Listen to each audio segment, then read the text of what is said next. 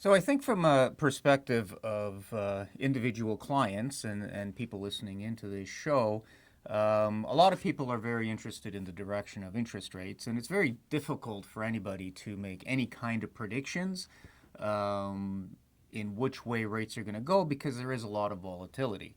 Now we know the Bank of Canada has lowered interest rates quite a bit, and the Bank of Canada rate is now 2.25%, and the next Bank of Canada meeting is on December the 10th. So what are they looking at? Prior to December the 10th, they've indicated that GDP is critical, and they were looking at maybe the last half of this year, the GDP running at about 0.75% for the remainder of 2025. And then I believe it's about 1.75 or 1.5% is what the Bank of Canada expects GDP to be next year. Well, GDP numbers came in, and they came in on Friday, and the GDP for Q3 was 2.6. So far and away exceeding what the Bank of Canada's expectations were, but also exceeding the market's expectations. So when we got that 2.6 GDP number, a lot of people felt, well, that's far and away better than what the Bank of Canada was expecting. I often say good economic news might be bad news, is often bad news for mortgage interest rates because the chances of a cut may have come down a little bit because of that 2.6 GDP reading. Now, having said that, when you look at the deficit for September, the deficit in September for Canada was $5 billion. So we ran a very large deficit, but we also got a very nice GDP reading of 2.6. You always got to look under the hood and you say, well, okay, what's October look like? And Stats Canada told us that the preliminary October reading month over month was actually negative 0.3. So we might come down. So having said all that, I think the economy right now, when we listen to economists in Canada, it's not doing very well. We're still running at a 6.9% unemployment rate. The unemployment numbers are coming out on Friday, which is prior to the Bank of Canada on December the 10th. So the employment numbers will be critically important as well. 6.9% is definitely an unemployment rate that is much higher than I believe the Bank of Canada would like to see. I think some people have a hard time understanding the correlation, pardon me, between the interest rate, the GDP, and again, unemployment. I mean, these variables and how they interact. And inflation. And so you got to throw inflation in there. The list goes on. Yeah. So there's a long list of things that the Bank of Canada will consider, and I think a lot of your listeners would obviously like to see the Bank of Canada cut another quarter. Last time I looked in the United States, they're meeting on December the 10th as well. The odds of the Fed cutting in the United States, last I looked, was 85% of a Fed rate cut of a quarter. So that bodes well for Canada if the U.S. cuts. But will we cut? Again, it's very difficult to make predictions. We've got to look at those employment numbers. Inflation comes out after that on December the 15th. But there are a lot of variables. And of course, for a lot of people, Tracy, they're making the decision or thinking about, do I wait? Do I keep waiting? Do I not wait? Or the renewals coming up, and they're shocked by that. Well, I think a lot of it has to do with, again, going back to there's so much information out in social media. A lot of people look at TikTok for education. Not to say that there's not platforms on there that actually are educational, but what I'm finding this trend with a lot of potential home buyers or even existing ones, they tend to be hesitant around the time of the Bank of Canada announcement, thinking that the Bank of Canada announcement on Bank Prime is going to dictate where fixed rates go. And that's totally not the truth. Our fixed rates are based on the U.S. economy, and Bruno can go into a lot more detail and be able to break that down. But our fixed rates are based on the U.S. market and how they are doing. That affects our bond yields here in Canada, which affect our 5-year fixed rates. Now, do they trend along the same lines of Bank of Canada if you look at it on a graph? I mean, it's quite similar, but it doesn't mean it's going to go down the same time Bank Prime goes down a quarter. But what happens is I find as mortgage professionals, it's not a bad thing. We get a lot of calls the day before, the day after, even that week after the Bank of Canada announcement saying, oh, the 5-year fixed rate went down. Is that going to affect my rate? Is that going to affect my mortgage? And it's, discussions and education and constantly being able to make sure people really do understand the difference. A bank prime rate affects you if you have a variable rate mortgage or if you have a line of credit. Whether unsecured or secured, your payment, your interest that you're paying on that balance is affected by the bank prime rate. So it's just educating people, but also giving people perspective that you should still be making decisions, not just gridlock and not do anything a couple of weeks prior to these announcements, where that never used to be the case. People never used to talk about the bank prime rate as much. Now it's the market's moving based on that. So it's interesting. I think that so much information out there sometimes can make people stagnant and not actually freeze in terms of making decisions. So that's why myself, my team, why I bring on experts like Bruno to be able to provide information and tools and to inform people properly so that they know how to make decisions, because it could be a time where you're missing out on an opportunity, especially when it's a buyer's market right now. You know, the opportunity of more inventory in the market, especially in the KW area, and you've got prices that have come down marginally as well, and interest rates have come down. I mean, our interest rates were sitting at 5.5% in January. Now we're down to 3.89% on a 5-year fixed insurable mortgage. That's a great win, and this is what we need to talk about: is what's the wins, what are the opportunities for a first-time home buyer or a buyer wanting to get into the market. This is the time now to take a look at it and not freeze. Now that's interesting. You do talk about people that wait to the last minute. So how early would you sort of say people should start looking into when they know a renewal is going to be coming? Well, renewal, no time is not soon enough. And why I say that is you could be even 12 months out, but knowing where you're at today is really important, because what we do is we take a look at where your income is. A lot of people have 2 to 3 jobs now. They're not permanent full time. They may be getting income online through an influencer. Like, there's multitudes of ways to be able to have income that could affect your next renewal if we're looking to get you best interest rates and move you to another lender or bank or financial institution.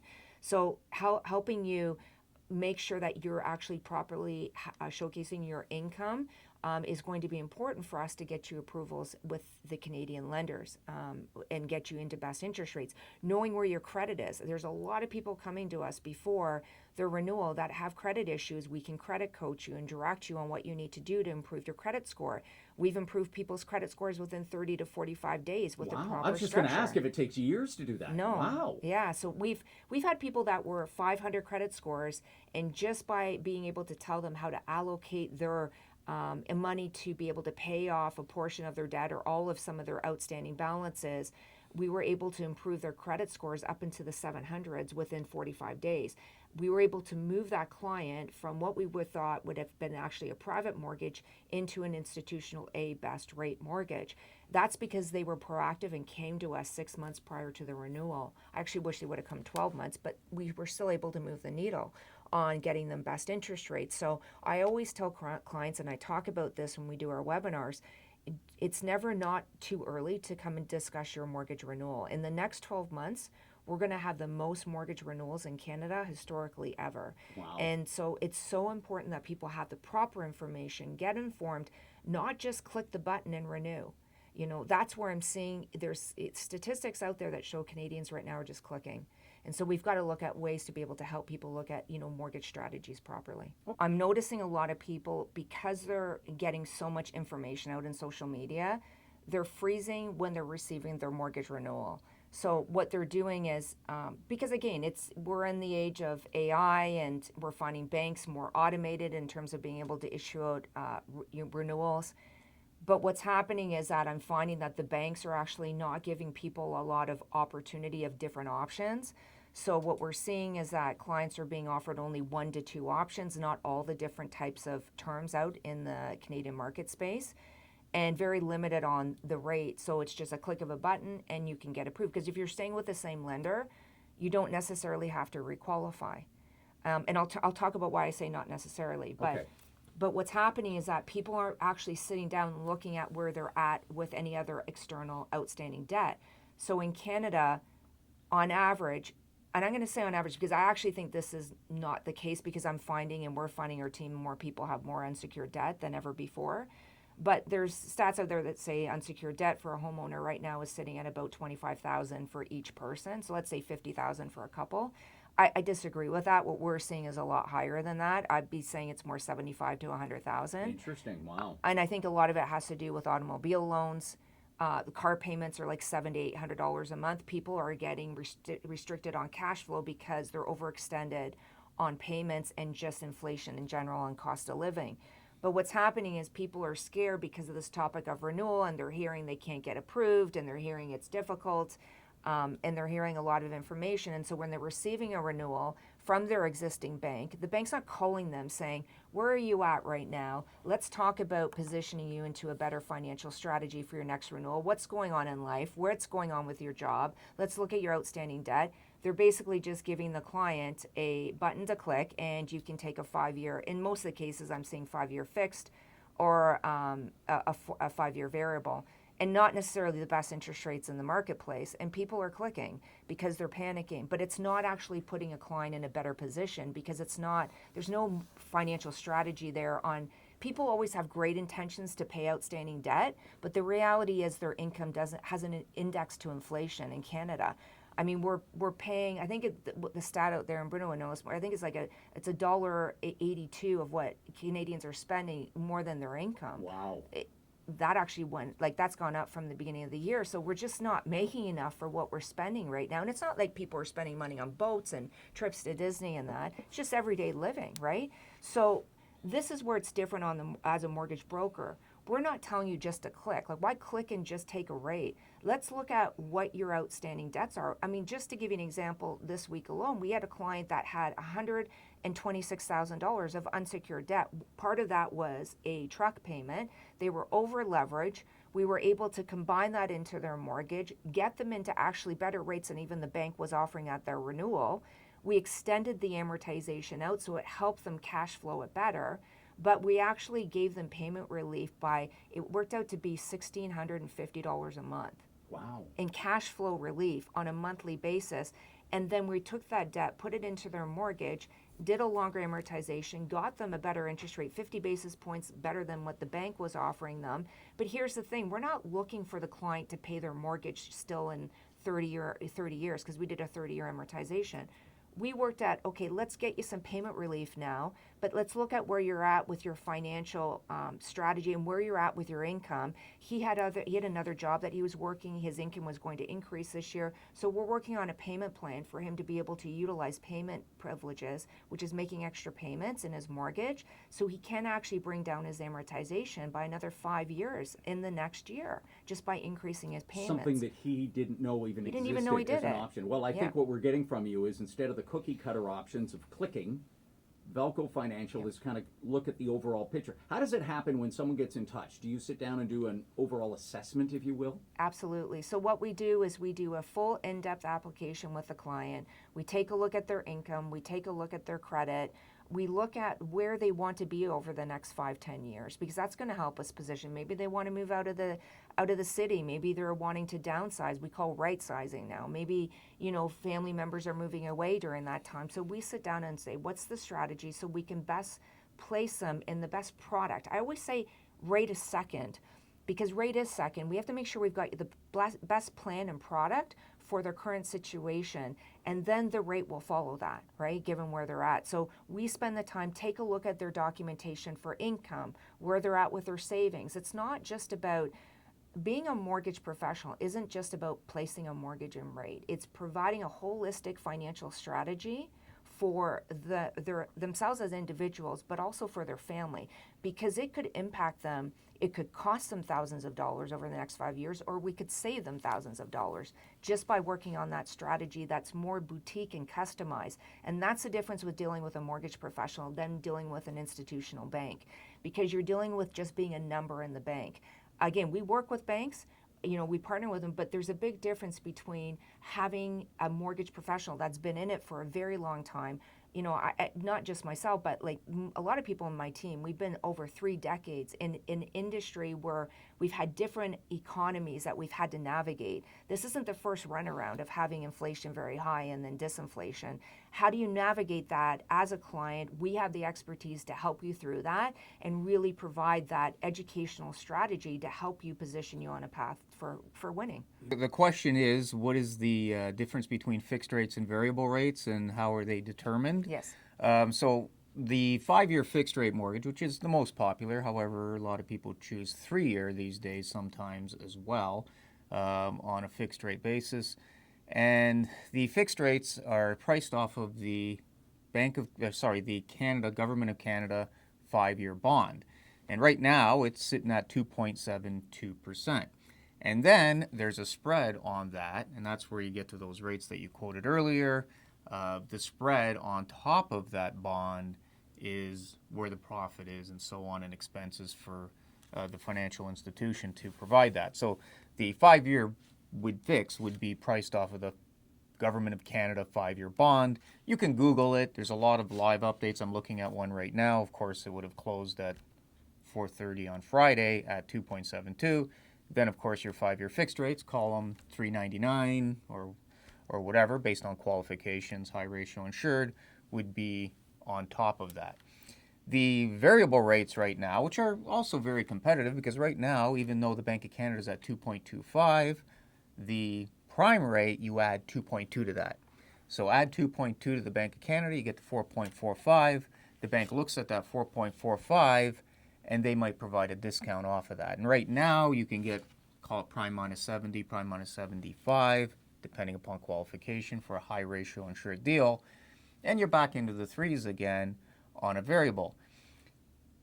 That is contingent on where the Bank of Canada goes. So on December the 10th, if the Bank of Canada lowers by a quarter, then the prime will drop from 2.25 to 2, if that happens.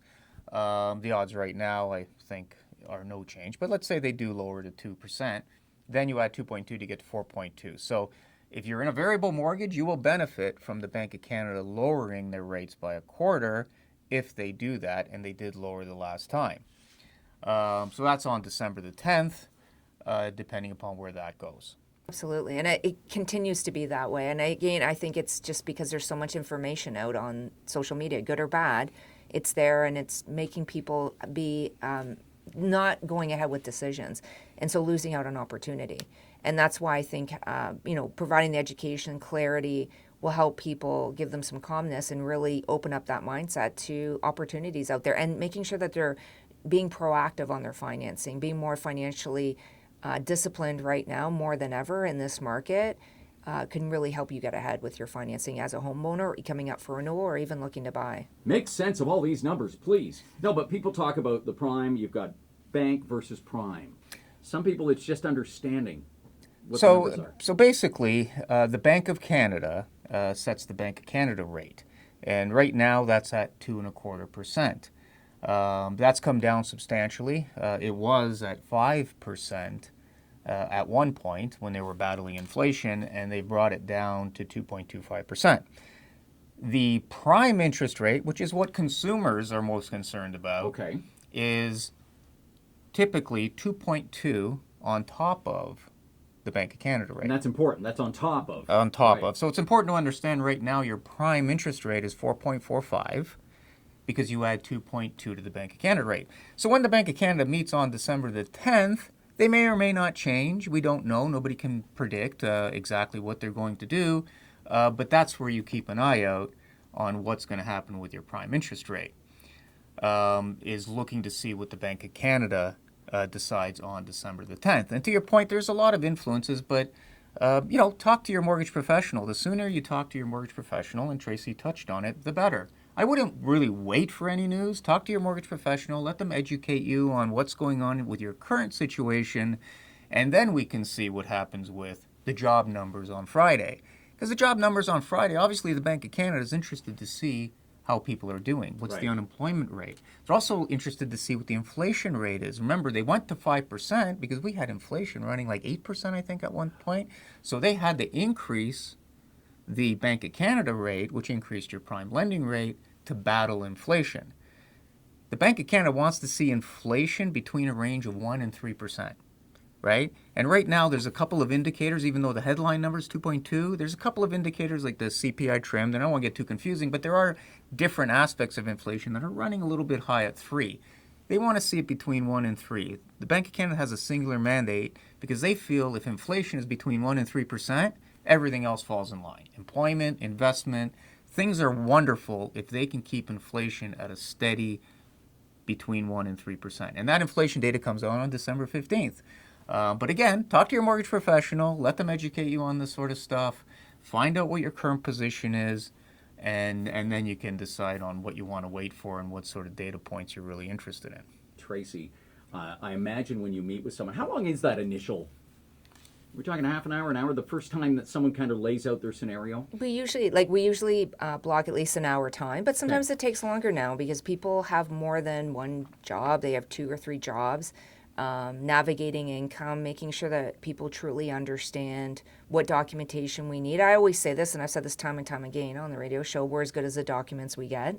So having full transparency so we can help you navigate, through what type of financial product and strategy can we put you in. So having the documentation, that's why when we do an initial call or an initial appointment with a client, we give them a list of documentation to bring in, because that way there it can help expedite having that consultation on where we can fit with your financing, right, and what kind of type of rate range we can put you in. And so that's where I found over the years the appointments are longer. Financing's complicated. It's not supposed to be quick one and done, right? That's why we're mortgage professionals. We're able to help navigate and put it into, there's various different financial buckets, I say, in tiers based on down payment, loan to value. So, the value of your home based on what your mortgage balance is, your debt service ratios. We have to navigate through all that and your documentation and income to make sure that we can place you in the best, product and rate. That takes time, and it should take time. And that's why I've got a team, right? So that we can work together to be able to look at solutions. And it's not just one lens. It's a group of us that have been experts for a very long time in the industry, that have a great reputation to help people navigate these times. And what do you say to people that are thinking first time, but maybe have kind of said it's not going to happen? Well, this is the thing that if they've reached out to us, we have an extensive database of clients that were pre-approved or had the conversation of potentially even looking at home ownership. And we recircle back to them continuously to educate them, to let them know that the opportunity is now. Let's relook at your income. Let's relook at your credit. Interest rates are down under 4%, which a lot of people were waiting for that 3 in front of that rate, right, to be able to look at home ownership. And so we were able to, this is, believe it or not, this is a busy time right now in December with a lot of people relooking at that opportunity to be able to buy their first home. In the next 12 months, and this was a stat from RE/MAX that indicated that 10% of Canadians are going to be able to or want to plan to buy a home in the next 12 months. So if you look at it with a population of 42 million in Canada, right? So we're looking at 4.2 million of potential first-time home buyers. That's a lot in the next 12 months. And so I think that that's going to be a busy market, and it should be, because values have cycled down again in the last 5 years. We've gone from the peak of where values have been 4 years ago to where values have, we've had a correction in the marketplace, which is good. It's going to help those, first-time home buyers be able to get into that townhouse at 600 or 650, right, with 5% down. And even if I look at it right now, if a $600,000, let's say, mortgage amount, the income needed for that is between $130,000 and $140,000. That could be 2 people. It could be just one one individual, right? Depending on what type of profession they're in. So we haven't seen it that low in probably the last 2.5 years, and interest rates are down. So it's a good opportunity. And I think people are very closed-minded because, again, the noise on social media. You have to tune some stuff out. You have to listen to what's credible out there. And then you have to see a mortgage professional, because they're going to be able to sit down and take a look at your income, take a look at your down payment. We have opportunities out there where even if you don't have down payment, there's the Flex Down program where you can borrow your down payment to be able to buy a home. There's lots of different avenues to be able to do that. And that's not a new product. It's been there before. It's helped people get into home ownership. And I think that what's happened over the last couple of years is because we had this peak of values increase, a lot of people thought it was like winning the lottery so they could get in and get out fast. That's not what home ownership's about. Home ownership's a long game. If you look at between 2020 and 2025 in the Kitchener-Waterloo market, with the correction we've had in the housing market, values have gone up 2.2% every year. That's on average. That's stable. And I'm not talking about that's taking out the correction and actually just looking over 5 years, right? So that's actually a good thing. The house should be looking at as an investment tool for you to be able to live and buy in. Then you can look at investments down the road. Is this a good time to invest? Depending on the type of property you're looking at, yes, because values have come down, right? But it just depends on where you're at, right, with your cash flow. So again, it's opportunities, it's getting educated, it's making sure that you're financially strong. We always talk to clients about having 6 months worth of savings in their bank account for like emergencies and making sure that they've got that money to cover off their mortgage in case of something happens with their jobs or employment. So it's not just again about buying a house, here's a rate, here's a mortgage payment, and off you go. Fend for yourself. Right. It's really providing that holistic financial plan for them. It feels like it's more unstable than ever before, but you made a point once about the fact that whenever you buy, there's always going to be things to consider. And you, like the first time I think you said you bought a home. Yeah, and then Bruno can talk about that. We didn't, like, we tuned out the noise. Like, there was always noise in the market, but again, we're there to buy a house, right? So that was your goal. Your goal was to buy a house, have a roof over our head. We just had our son. And that's what we focused on. We didn't focus on, we made sure we had, income obviously and down payment. We could afford the payment, had some money in the account, and, life was good, right? We didn't focus on what was going on in the economy. We focused on our situation. Because everybody's at a different age or situation, so you can't wait forever. So you got into it. Okay, now with that in mind, the difference between then and now. So back then, when we bought, we were renting in Toronto in a little one-bedroom apartment. Our son was just born. So I got an opportunity to move to Kitchener, and we felt like, you know what a great opportunity to buy a three-bedroom house, close to parks, brand new school down the street, safe neighborhood.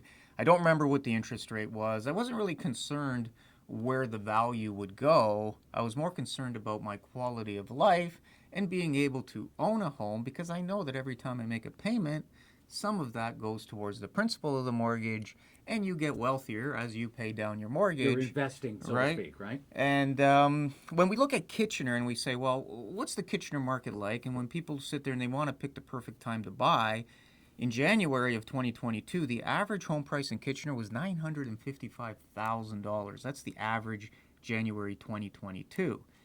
The average in September of 2025, $753,000. So prices have come down on average in the Kitchener-Waterloo region. And now, to Tracy's point, when she's quoting these high ratio rates that are available, call it 389 high ratio based on qualification, back then you could have got 2.5%, right? Your rates were lower, but your payment back then would have been about $4,100. Now it's $3,400 approximately based on the average value. So your average payment in the Kitchener-Waterloo market based on average values are about $691 less in payment relative to January 2022. And then we talk about January 2022, it was a seller's market, multiple offers, people were going crazy, there were bidding wars, there were all these different things. Where in September, October, now we're heading into December, you might not get that environment. You might have more of a buyer's market. There are a lot of listings out there to look at. Again, talk to your mortgage professional, go over the numbers. I always encourage people to get pre-approved, look at your pre-approval. They'll give you an idea of what you can afford to buy based on your pre-approval. Contact your mortgage professional and your realtor. But yeah, the opportunity to buy, you never know what's going to happen with values, but it's looking better now than it would have been in January of 2022. When I look at the average price right now at $753, and I consider, like, based on qualification, a $389 rate, you can get a 30-year amortization. Your payments are $3437.09 based on the calculation I have, and a lot of people are paying that in rent, and this is principal and interest on your mortgage. So, I look at some of the new rental buildings that are going up, and I see rents of $3,000, $4,000. It's crazy, actually. Well, here you have an average price. Your principal and interest is $3437, right? So, again, talk to your mortgage professional. You might find, and maybe you get a semi-detached home like we did, a backyard instead of living in an apartment on the whatever floor we were at. Close to schools, across the street from a park. You look at your quality of life. I'm talking about first-time home ownership, and I'm talking about ownership. I'm not talking about investing. If you are an investor looking to invest, call your mortgage professional. They'll guide you through that process. But what we're talking about here is the opportunity for first-time home buyers that exist in the Kitchener-Waterloo market right now, and I think they're pretty good. Well, we mentioned the fear of missing out. I think that was going on in January of 2022 when we saw that price elevation. People were getting into bidding wars. People didn't want to miss out. It seemed like back then people were heavily interested in the interest rates because interest rates were so low. Everyone wanted to get into the market, and they didn't want to miss out. Now all of a sudden values have come down. The average price that I have here from January 2022 to September 2025 has come down by $200,000 on your average home price.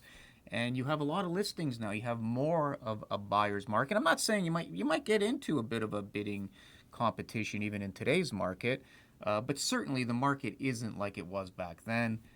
You can shop around, you can look around, you can make sure that you get a finance condition. I always encourage that. Your mortgage professional will help you get that finance condition on your purchase. Back then, people were actually Buying waiting. sight unseen. Yeah, It was and crazy. It was crazy. But now you can buy a little more safe. Financially, you want to get that finance condition. Maybe you want to get a home inspection. Stuff that you can talk to your mortgage professional about when you buy that house, and you feel more comfortable about the payment and more comfortable about the house because you've been able to shop around and make sure you got the one that's right for you or your family. When it came to approval, I think you touched on the fact just because someone says you can use all of this, not necessarily the best idea. Exactly. It's a gauge, right? So it gives you a guideline, and especially in a market when it was a seller's market, you might have had to bid higher. So knowing the range that you can go to, but nowadays, the market has corrected. It is a buyer's market, not necessarily a seller's market. There's more inventory out there, and you can negotiate on price. To what Bruno says, we can put in financing conditions on financing, home inspection. You can really take time to make sure what expenses are going to be in that house, where you're going to be with your payments. So you don't necessarily have to go to that peak price point that we get pre-approved. Pre-approval is just a guideline for you. It's helping you know, like when we do a pre-approval, we 100% vet your income. We vet your down payment. We make sure financially you're fine. All we need to get approved when you go to buy that house is the house that you're buying. So that the lender has to, approve the property you're buying based on what the market is evaluating properties at that time. It's not about your income or your credit. That's the big difference, because we take a look at your credit and your documentation. So you'll have a very, very good, solid pre-approval knowing where you're at. And that way there, when people are going to put an offer in, they know what price point they're going to be in and where they want to be based on what their payments are going to be. So with interest rates as low as they are, remember we're coming off of higher interest rates in January, mid 5% to now under 4%. We've seen bank prime come down over the last 3 years. We've had 10 decreases in bank prime. People aren't realizing that. They're not taking time to let that sink in. Values have come down. This is a great time to buy a house. Even if you're looking to upsize your house and maybe your family's growing, you can get that detached home, right? That maybe you couldn't have gotten a year ago. So this is where you got to see where you're at with your financing so that you can win next year.